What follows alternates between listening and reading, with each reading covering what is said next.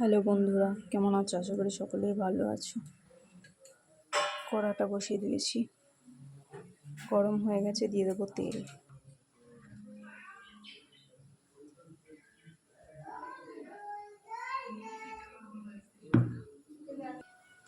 কড়াটা গরম হয়ে গেছে, আলুগুলো দিয়ে ভেজে নেব।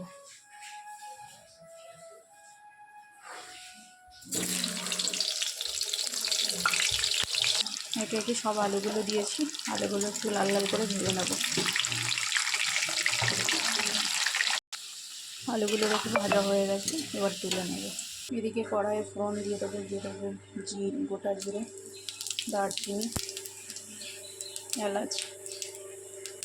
একটু ভাজা ভাজা হয়ে গেলে দিয়ে দেবো পেঁয়াজ কুচি।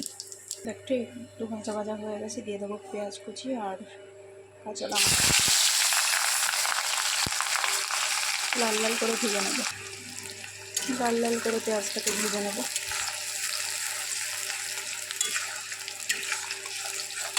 আর এইদিকে মশলা করে রেখেছিলাম,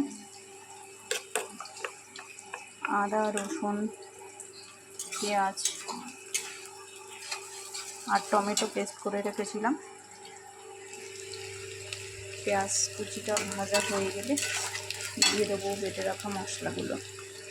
দেখো পেঁয়াজটার কালারটা চেঞ্জ হয়ে গেছে, পেঁয়াজটা ভাজা ভাজা হয়ে গেছে। এবার দিয়ে দেবো বেটে রাখা মশলা।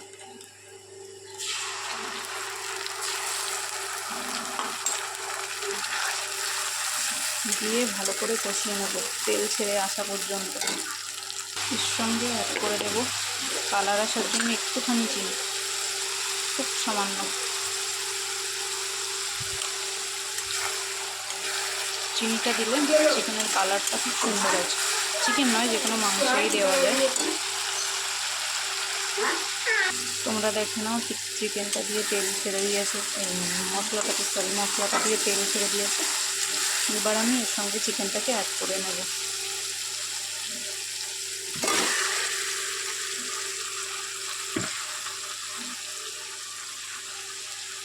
আর চিকেনের সঙ্গে আমি পেঁপেটাকে মেখে রেখে দিয়েছিলাম, যেটাকে আর আলাদা করে ভেজে রাখিনি। মাংস কষতে কষতেই পেঁপেটা সেদ্ধ হয়ে যাবে।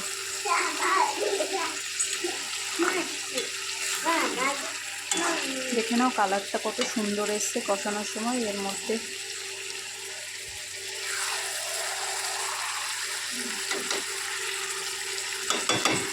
কিন্তু আলাদা করে কোনো ফুড কালার ইউজ করা নেই।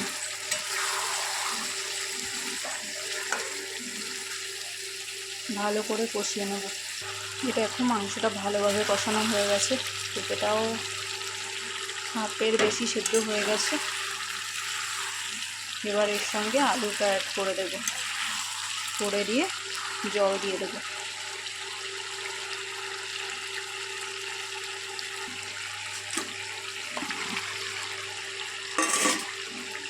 একটু নেড়ে চেড়ে জল দিয়ে দেবো।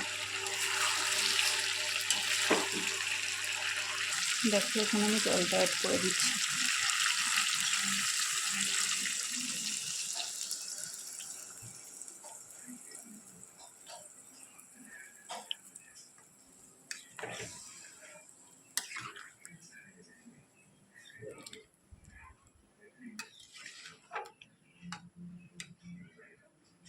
একটু ঢাকা দিয়ে রেখে দেবো 20 মিনিট। দেখো বন্ধুরা চিকেনটা কীরকম হয়েছে।